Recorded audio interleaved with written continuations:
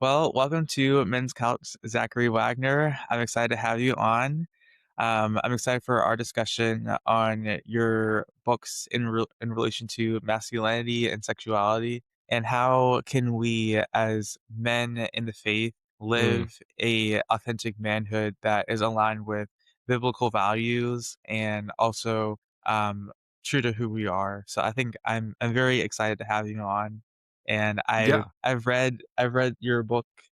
I read a little bit of this so far, Mhm. and I'm also excited for your new book, which we can talk about later. But Sure. yeah, I'm excited to have you on. Yeah, it's great to be here. Thanks so much for the invite and looking forward to the conversation. Yeah. So, are you a pastor or minister? Yeah, I'm ordained through the church that my family and I attend just outside Chicago. I'm not on the paid staff, but I am ordained as a minister through that church.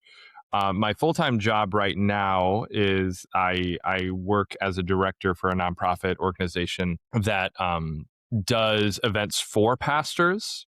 And we do kind of continuing education and fellowships and conferences and things like that for pastors. It's called the Center for Pastor Theologians. So that's my day job, and then I write and speak and do other things like that on the side. So this You have really this good this book, content. yeah, thank you. Yeah. So, so what made you get interested or develop sort of like a writing for masculinity and sexuality? Yeah, great question. Grew up in kind of the 90s and the aughts or the 2000s. I was born in 1991, and even into like the early 2010s, I was really shaped by a lot of conversations that were happening in the church about what it means to be a man and masculinity and leadership, as well as what is sometimes called quote unquote purity culture. People associate this with um, kind of it's he's not the only one, but kind of unfairly a little bit sometimes with Joshua Harris. He just wrote the most popular book, I Kissed Dating Goodbye, which was this kind of Christian evangelical approach to dating and saving yourself till marriage, and the broader teaching that a lot of people were receiving at that time, and I was certainly receiving this as a young man, was if you are abstinent, if you save yourself until you are married, um, and kind of remain pure was the language, then when you do get married, God's going to really bless that. You're going to have a beautiful connection with your partner, and it's going to be very fulfilling, and your marriage will be strong and on this great foundation. And then I did get married in 2014, and our both my wife and I, neither of us had slept with anybody else before we got married, and then we got married, and lo and behold, it was actually not going that great in that intimate connection that we had both received teaching that like do this and then it will go great, and it was actually becoming a pretty intense form of tension and conflict and pain really in our relationship. And that's the kind of personal side of it. And then on the other side, I was noticing right around when the Me Too movement happened in 2017, and then the years after that, there's a kind of parallel movement, Church Too, that was highlighting sexual abuse of women and the sexual um, lack of integrity, I suppose, by some Christian men in leadership, and that culminated in early 2021, and by this time I was in graduate school getting ready to pursue a PhD.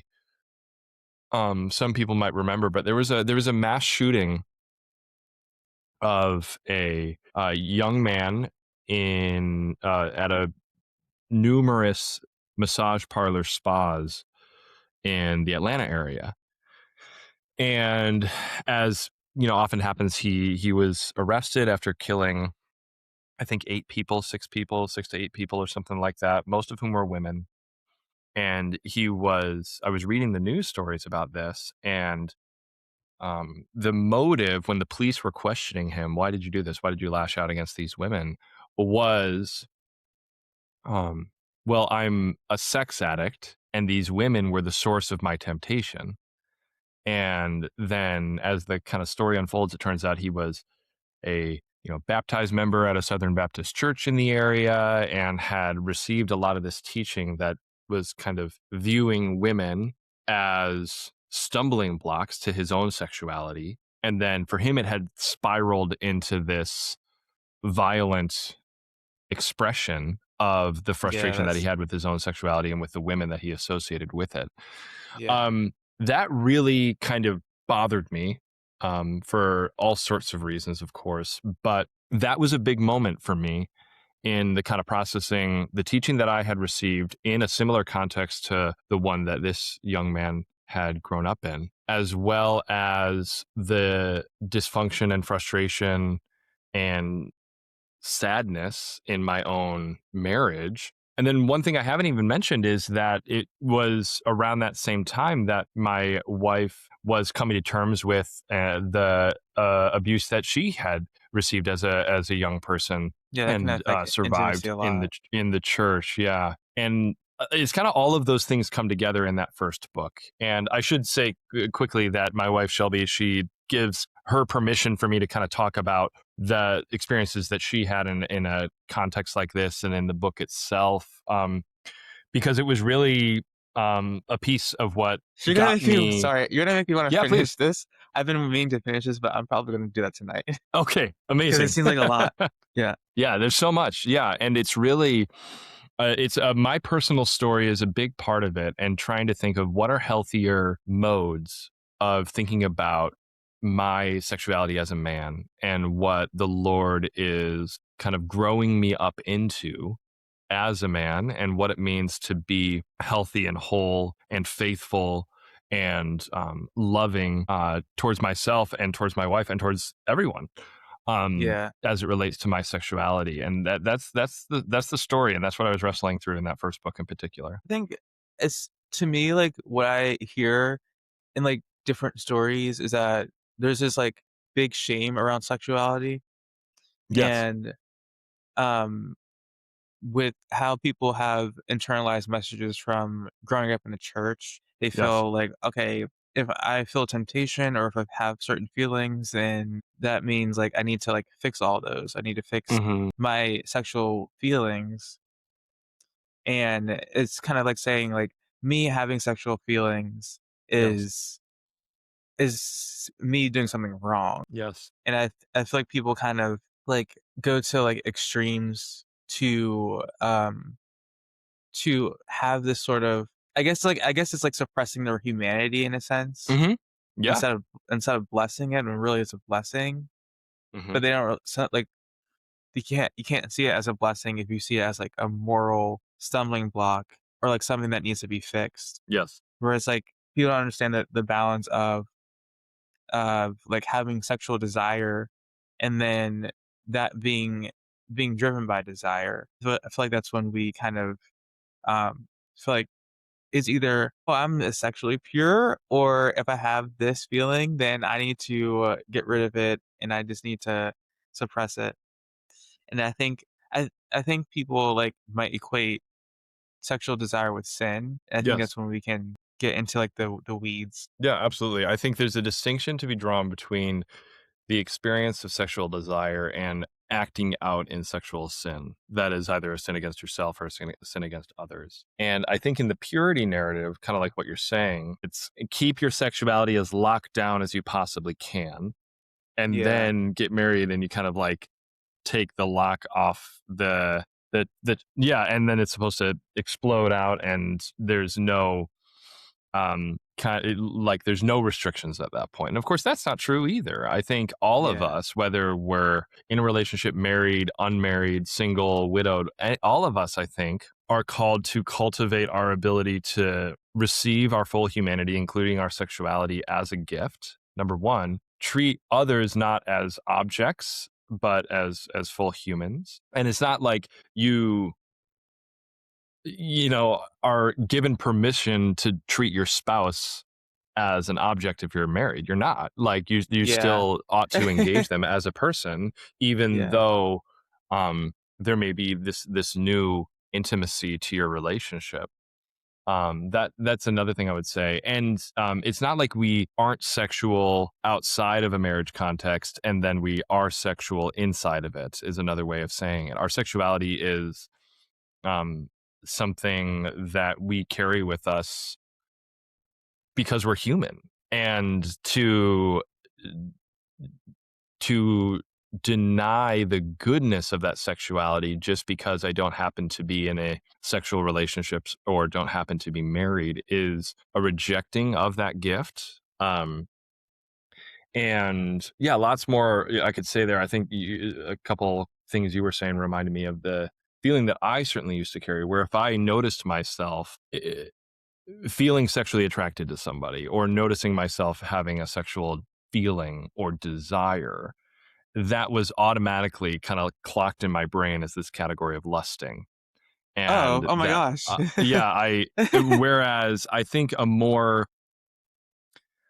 um, humanity affirming approach to that is noticing it, as I think you use the language of blessing it, as Yeah, this is bless. exactly what God created my body for and to desire and to see beauty and appreciate beauty and desire beauty. And I can hold that with a desire to affirm the humanity and goodness and beauty of the other person as a whole person and not reduce them to an object for me to possess. Um, Yeah. whether mentally or in actuality or whatever the case may be. So, yeah, something I talk about in the book is how this kind of purity culture mindset certainly dehumanizes women in the way that it will reduce them to sexual objects, but I also think it dehumanizes men by reducing them oftentimes to like sexual animals where they're out of Yeah. control and It's like they this can't whole be thing held with responsible. Yes, I don't know, I see it like I tend to I see it because like I'm in college, so I see it a little bit with like this idea that men can't like they have no control or they have no limits or totally. they run on impulse. So Yes. I see it a lot. Absolutely. Yeah. Yeah. And there's like, so many things, even teaching that's less helpful. It's not like it's completely false. A lot of times it's just only partially true. Yeah. It is true that a lot of young men may struggle with impulse control, but that's like an opportunity to grow up into a more mature, virtuous adult version of yourself. There's an opportunity for formation. It's not just like, well, boys will be boys and what do you expect? I think we can acknowledge the struggles that not every man, but a lot of young men might experience um, without giving kind of permission or saying, well, that's just because you're a dude and it can't be Yeah. helped. I think we can acknowledge the struggles and even acknowledge the commonality of the struggles while also calling men to a higher standard, it seems to me. Yeah. I feel like I feel like sometimes, uh, men aren't given permission to steward their sexual desires, Mm, but they feel like they need to if they I feel like there's either 2 extremes, "Oh, I'm gonna become so defined by it," or, "I'm gonna totally suppress it so that because of shame." So, hmm. I don't know how to, like, be in a middle place where I can steward it, but in a healthy, mature way. I think I don't know if, like, you can speak on, like, the millennial generation, but I think, like, we probably don't have, like, a framework or models to doing that, or they may ha people may have, received certain messages in church, and even well-meaning Yeah. Oh, yeah. believers can, give out messages, but really that actually, reinforces the narrative that, "Oh, wait, there's something wrong with, like, my sexuality if I have desires." It's not Hmm. and we get to a place where we feel something or we feel attraction toward a woman and it's like, "Oh my gosh," like, it's like sort of like a panic thing. It's like, "Oh, wait, Yes. I don't know what to do." Hmm. So, Yeah, I think, like I said, the millennial experience that you're alluding to is very much formed around this kind of fear narrative, a fear of our sexuality, it seems to me. And I talk in one of the earlier chapters in the first book about the kind of generational dynamics where I think the boomers who tend to be our us millennials, our parents, our boomers, kind of went through the sexual revolution of the 1960s and 70s, where more or less everything was turned upside down in terms of sexual roles and behaviors and birth control pill and all of those sorts of things. But when these people kind of settled down and started having kids, a lot of times they maybe would feel regret about some of the decisions they had made as younger people, or just were getting more religious, or were committing their life to the Lord, and they wanted something different for their kids than all the craziness that they had lived through in the 60s and 70s. So then it became kind of this regret mixed with fear that then the millennials were kind of carrying, I think, some of the weight of some of the shame of their parents' generation is really what it was. And then that got Yeah. imprinted onto the millennial generation in a pretty unique way, on this, massive movements and events like True Love Waits conferences, which had thousands and thousands of people at them, and events on the mall in Washington, D.C., and purity ball kind of dance banquets, purity banquets for fathers and daughters that kind of hyper fixated on just our sexuality.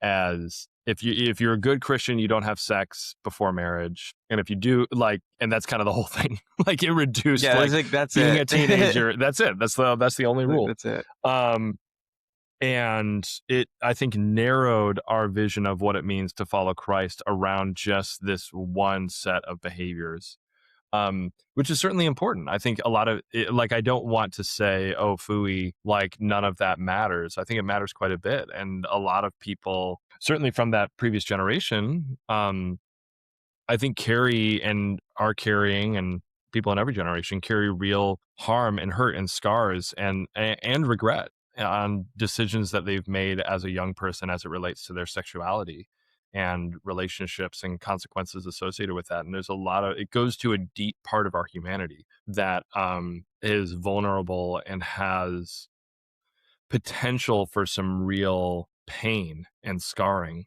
Um, and it's a beautiful thing that's not to be used lightly. And I think that's, like you say, well intentioned. That was the hope, was that this teaching would protect young people, but there's no kind of perfect safety Yeah. in the world as it is another thing that I think was sometimes missed out. So yeah, it was a time. Yeah, yeah.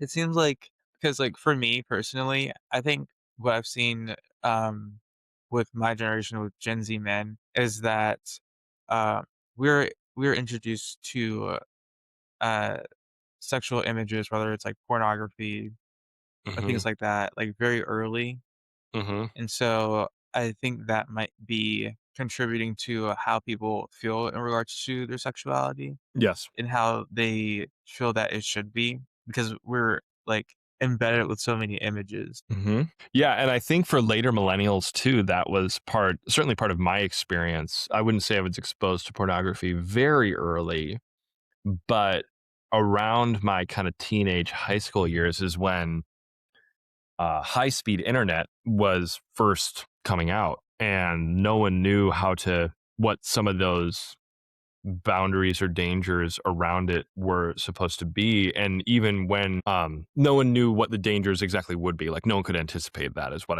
I mean, on that, in terms of I remember a friend of mine in high school saying that uh, most of boys' sexual education comes from porn. Yeah, Um, that's what I was kind of yeah, saying. yeah, and man, that's not healthy. It Yeah, seems to that's the me, kinda, yeah. and you're watching things and seeing things that you don't understand, much less understand what they're doing to you and how they're forming you to view yourself and others.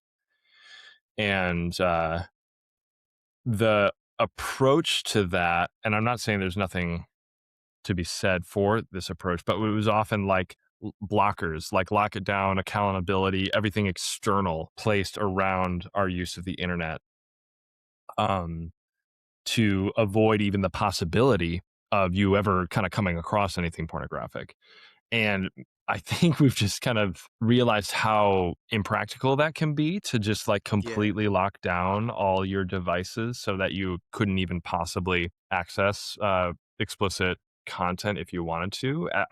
As a young person, I got really good at getting around those, Yeah. and it becomes pretty easy, like almost comically easy. And young people are always going to be better at getting around the technology than older people, if you try to lock it down. So I Yeah. don't know. So I think there needs to be a shift in the way we even think about it. You know, if you're a person who is struggling with your relationship to pornography, for example, rather than just like accountability software or structures, again, those might be a good resource in some cases, but really there's a heart kind of cultivation of character that needs to happen too.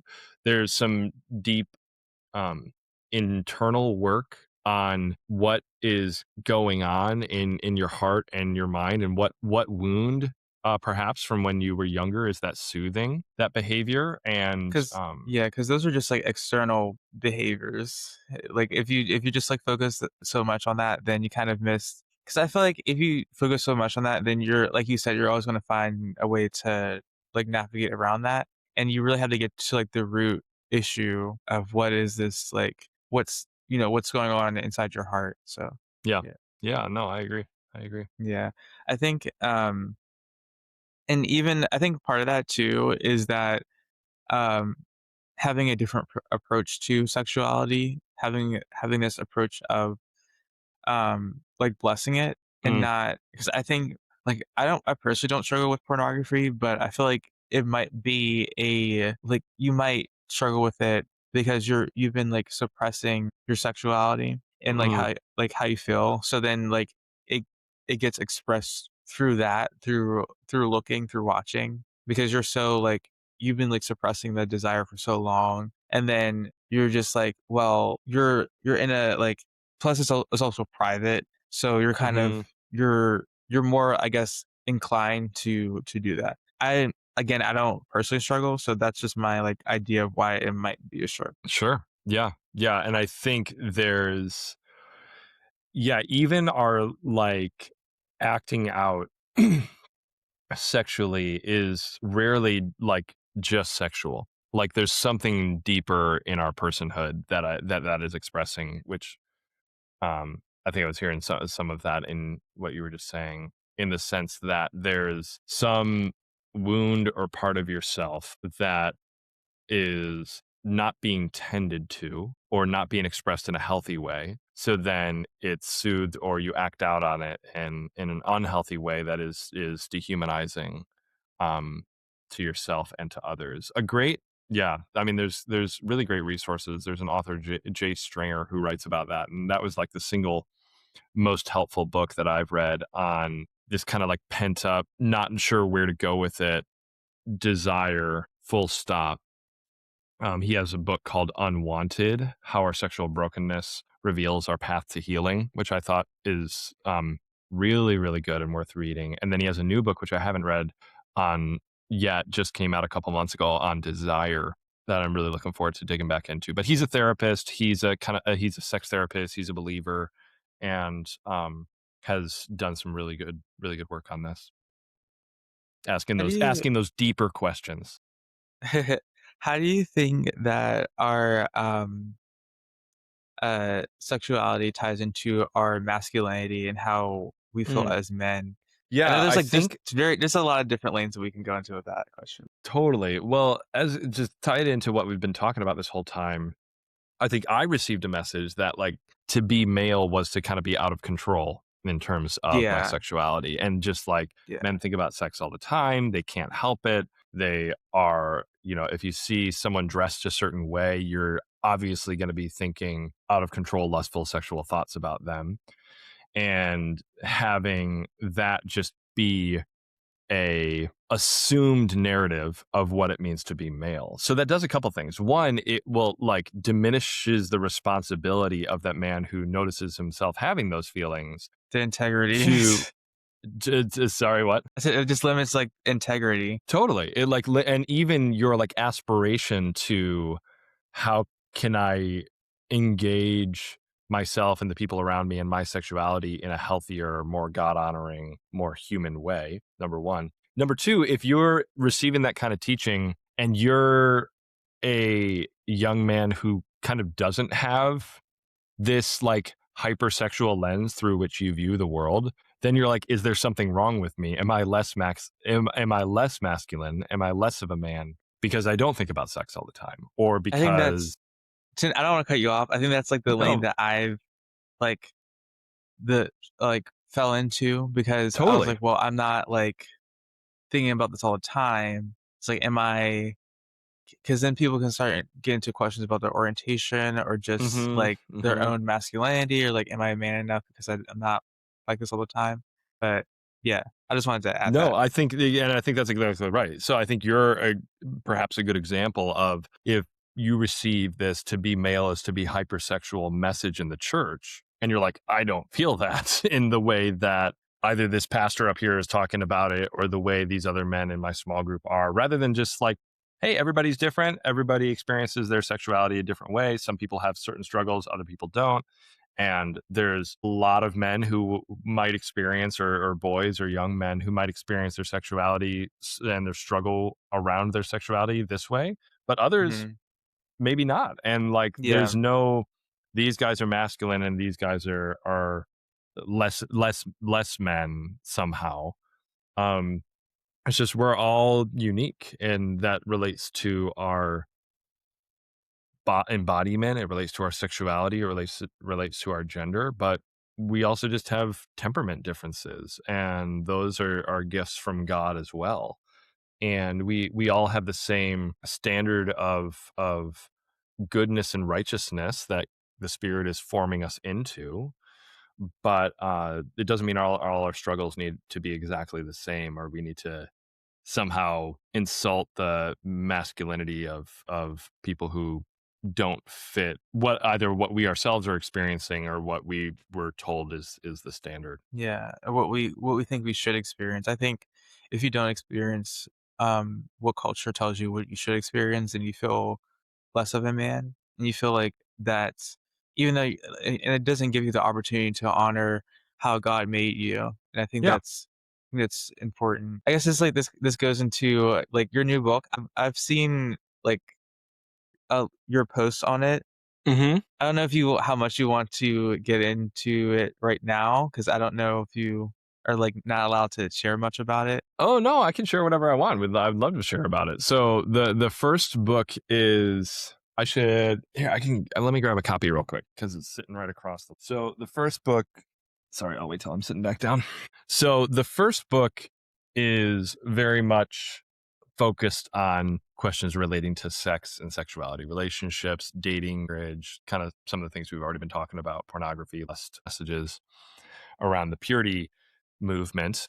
And then this book that is coming out this month, I don't know when this is going out, but Title, yeah, I'm glad you do. "Men of Virtue." Yeah, so it's called Men of Virtue: How the Fruit of the Spirit Forms Male Character in the Modern World. And what I'm trying to do in this book is cast a vision that both affirms the goodness and the distinctness of male embodiment, and also charges men to live their lives and aspire to grow their character towards Christ likeness, which I think can be summarized with the fruits of the Spirit. So the fruits of the Spirit come from Galatians chapter 5. And Paul talks about if you walk by the Spirit, you will not gratify the desires of the flesh, lists a bunch of things that are characteristic of the desires of the flesh. And then he says, but the fruit of the Spirit is love, joy, peace, patience, kindness, goodness, faithfulness, gentleness, and self control. So, what I want to argue in this book is that godly masculinity, biblical masculinity, godly manhood, what it means to be a man who's following Jesus,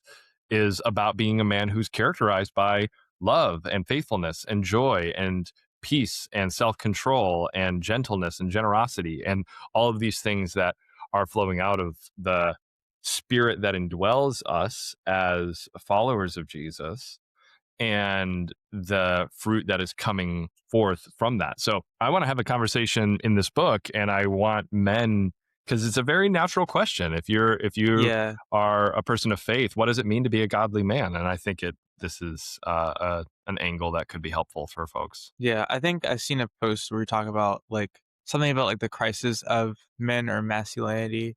Like, how do you view that? Oh, yeah, totally. So I think I talk about this in the introduction to this book. The past 150 years or so have been characterized by just a ton of changes in our society and in technology in particular. And um, the industrial revolution, where a lot of stuff used to be done by manual labor, and now a lot of it's done by Yeah, machines. So the things that kind of men, because they tend to be, or at least as a group, they're bigger and stronger. You could have men do this really hard work, and now, well, machines are doing it. And or you used to have sexual, um, like gender roles in relationships or in society where, well, men are supposed to be in charge and women are supposed to follow men. Well, that's very that's shifted a ton in the past yeah, 60 years or so.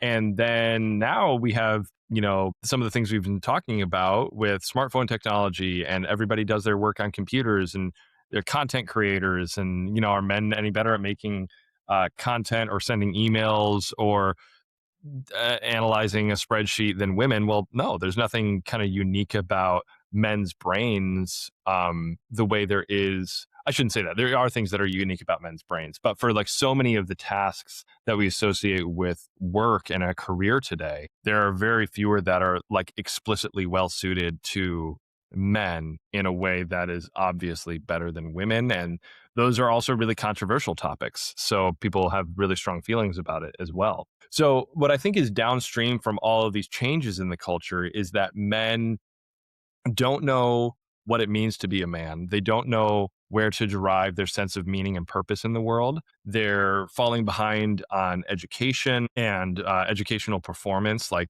girls are outperforming boys at like every level of education from grade school all the way up into graduate school.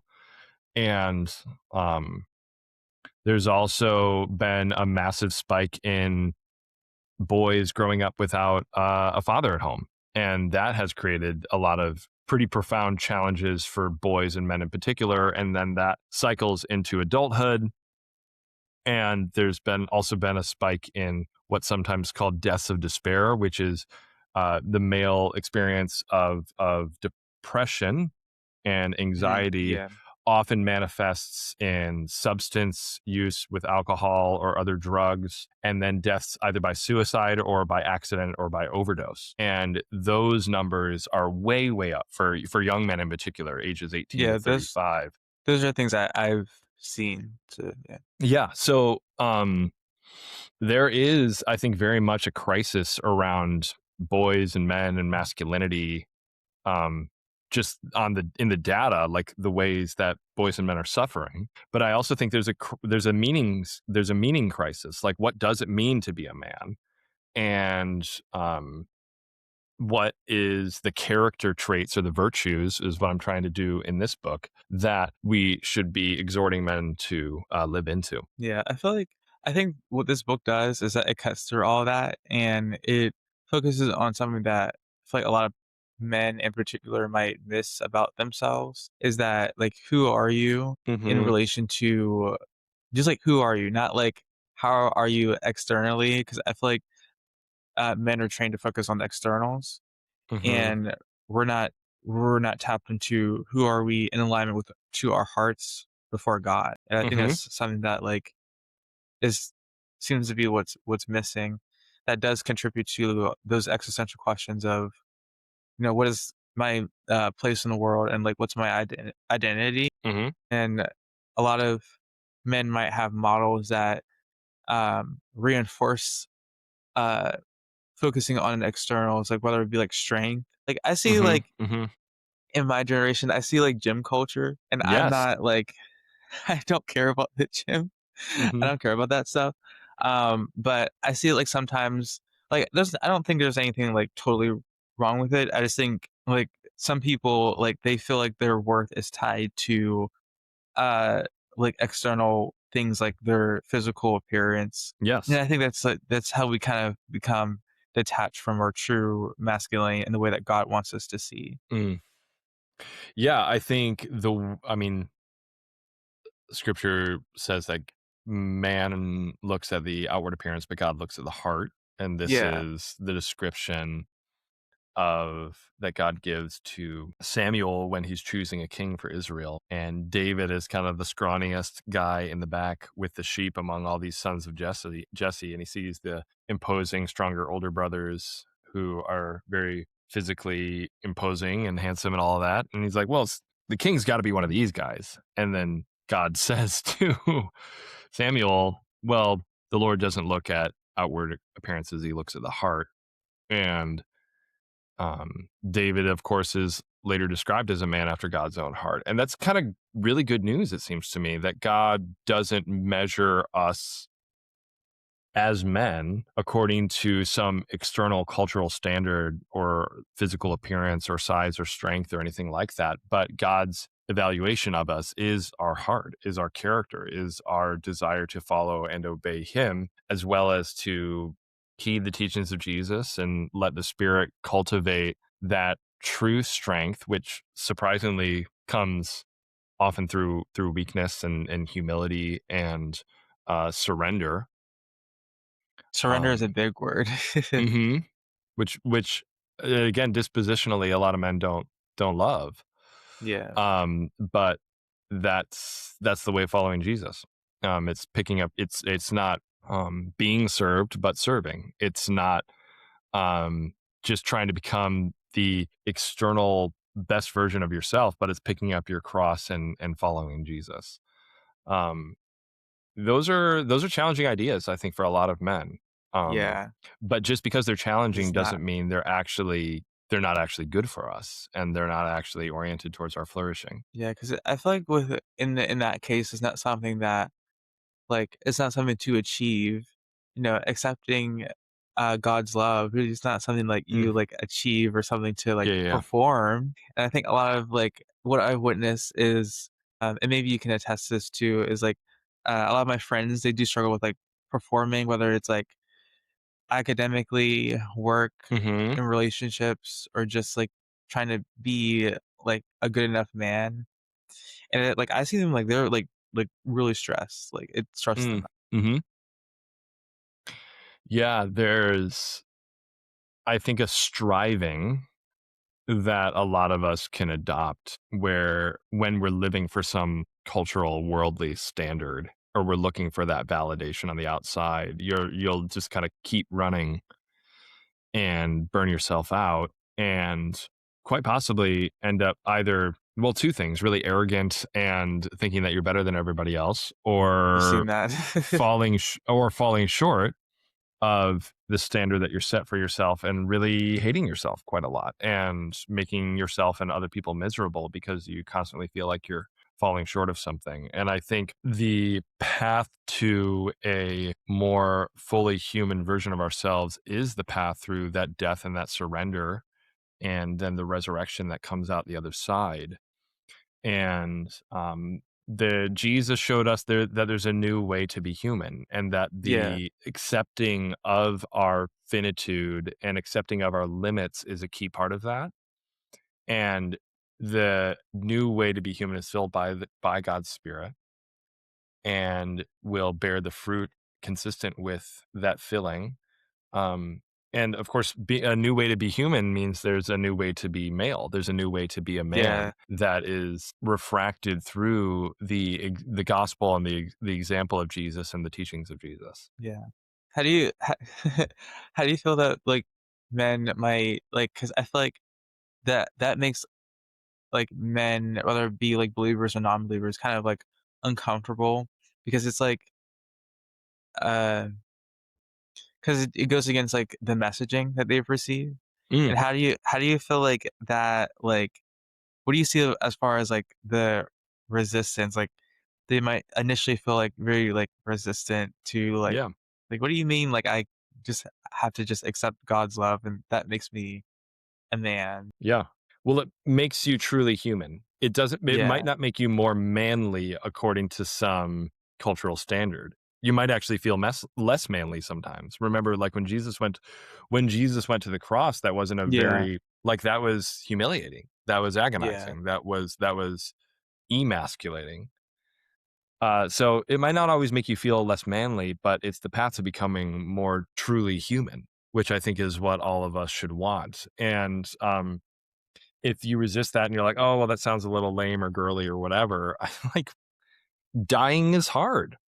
And That sounds like, it's crazy. yeah, if you hear something like the fruit Crazy. of the spirit is love, joy, peace, patience, kindness, goodness, faithfulness, and self-control, and Jesus telling Peter, put your sword away, those who live by the sword will die by the sword, and Paul saying in First Corinthians that God has chosen the weak things of this world to shame the strong, and that God's That's, like, power. very opposite of our It's culture. 100% opposite, and I don't really want to, like, adjust the message of the gospel No, we to don't. appeal to men's kind of, like, cultural masculine sensibilities.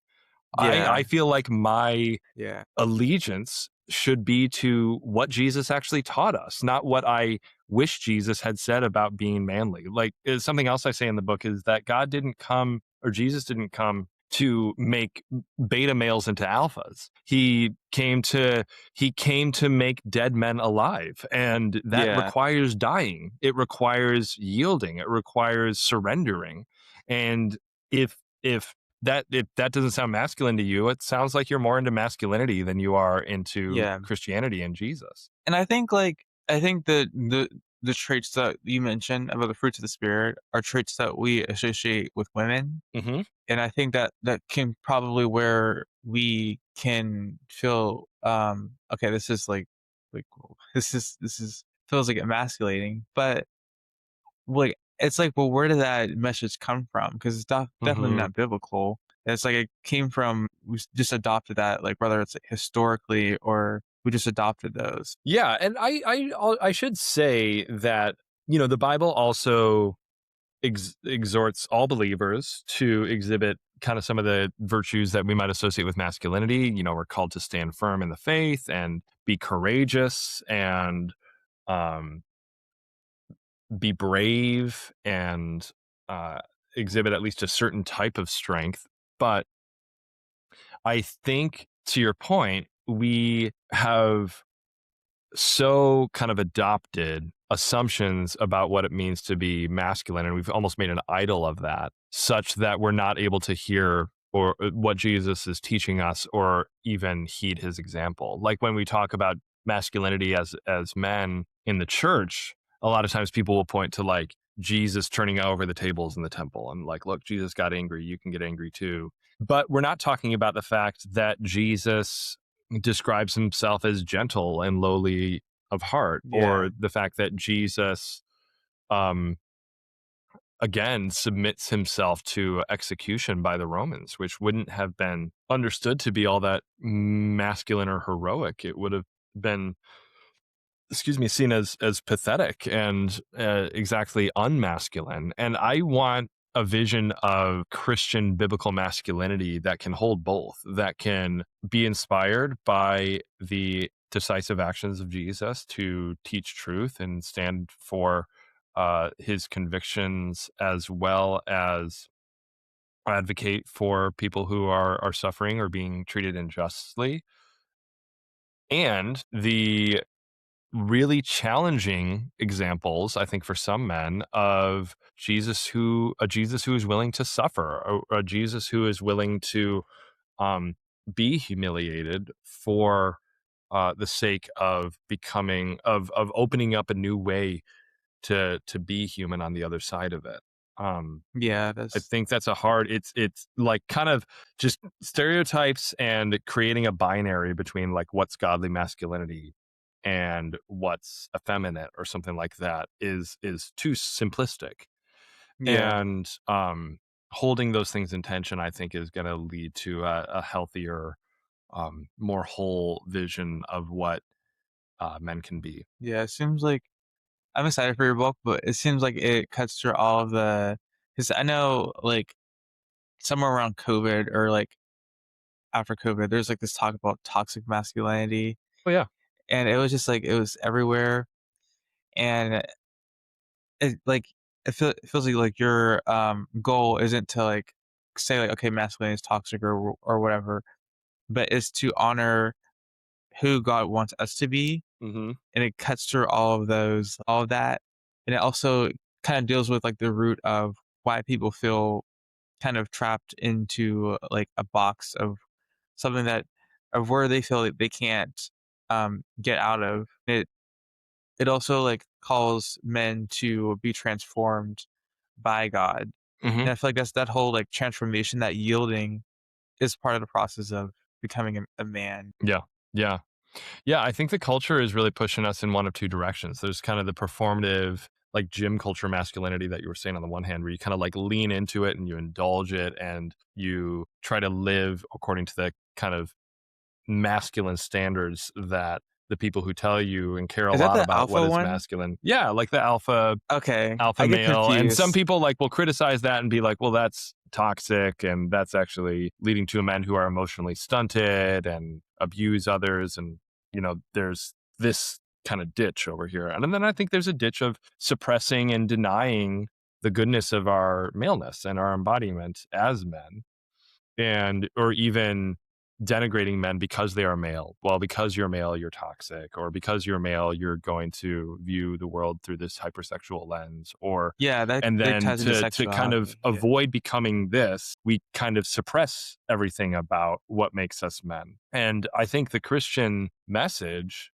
helps us find the balance between those. It says, no, it really is a good and beautiful thing to be a man, and maleness is a gift from God, and my individual maleness is a gift and something to be lived into, something that means something. But I also need to put to death the works of the flesh and live according to righteousness and follow Jesus. And I can't just like fully indulge all of my base bodily urges and do like gym max and look max and all of this over here. I think there's a balance to be struck here that is really the most human version of ourselves, that is aligning with the new humanity and the future kingdom of God that is coming about in Christ. I think my last thing I want to touch on is responses from like other Christian men. Like, what have been like some of the responses or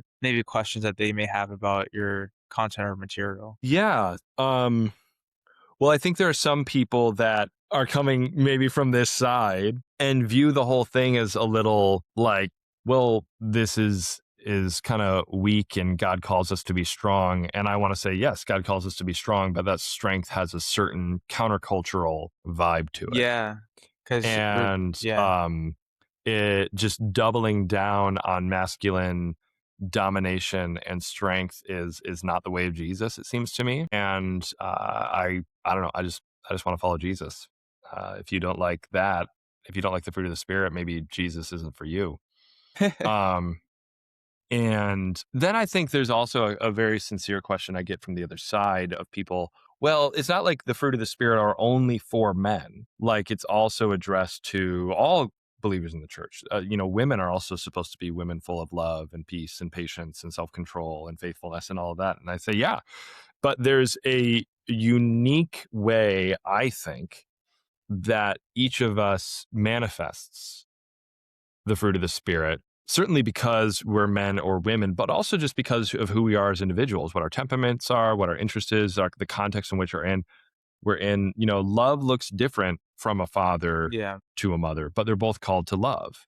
Gentleness will look different for a man versus a woman, but we're all called to be gentle. So what I'm trying to do in this book is not say that the fruit of the spirit is only for men or the fruit of the spirit is not for women, but rather to say there's a unique conversation to be had about what does it look like to live out the fruits of the spirit as men in the bodies that God has given us as men. So, yeah, those are a couple of common responses that I get, and kind of how I would respond to them. yeah. It seems like that. Like the goal is to kind of remind men. I feel like to a degree, like we kind of like forgotten because we might like prioritize what we see, especially with Gen Z, like in media or like externally, whether social media or whether it is through comparison through like other men, Hmm. is that we it's like the goal is to be reminded of who we truly are and who we're supposed to be and who we're supposed to be transformed into. Hmm. And those things aren't like those things aren't, I guess I'll say, tangible things. Those things aren't things to like that we're achieving per se. And Mhm. those things that is who we're becoming. Mhm. So, Yeah. do you have any like do you have any questions like anything about like men's couch or I know like I already asked you, but like No, I don't think, beyond what we've already said. I mean, love that there's a community like this that's oriented towards, I think, like you said, male friendships in particular, mental health and male friendships. Man, those things are so needed, and I think a lot of men today are lonely and looking for community. And I think it's great, and I wish you all the best. yeah, I think that's another thing like like to end or Mhm. for the listeners, I think tying that intertwining that with like sexuality or masculinity and goes for the Mhm. podcast is that like once you surrender your heart to God and allow him to transform you and open yourself up, then I think there's like opportunities to kind of like cut through or deal with like either it's loneliness or like Mhm. identity Mhm. or things like that, or like even Yeah. mental health, because mental health is like tied to like feeling like, you're not man enough. That could be, like, a issue of, like, anxiety there. Massive. Yeah, yeah, and that's part of the reason this second book I focus on what I describe as this crisis of character, because I think if we can reorient ourselves into these virtues that God is wants to cultivate in us, I think a lot of the ways that men are suffering, including in terms of loneliness and a lack of meaning, those things can be helped not if we're focused on becoming men who are faithful or joyful or loving rather than more manly. Wait, when is it released? Or when is it May gonna be released? 26th. But I have copies now, and people are getting copies, so you can order it on Amazon or on Baker Bookhouse, which is the publisher's website, and I think they have a pre-order discount with free shipping on there. You can go to ZacharyCWagner.com, and I have those links there, and people can pick it up that way. So May 26th is the official release date, but I think some people are already getting copies. Okay. Hopefully, I will release this episode, like, after I plan on releasing it after That'd be great. and doing, like, a lot Yeah, of, like, marketing for it. yeah, So, that'd be awesome. Okay. yeah, if you ever wanna be on back on the show, let me know. Hopefully, I'll have, my co-host, Hmm. on as well. Okay, that'd be great. Yeah, I got a pretty busy stretch here doing stuff for the book, but I'd love to reconnect in the future. Yeah. Yeah, Well, this was fun. yeah, it was. Thanks for having me. Yeah, Good to meet you. yeah.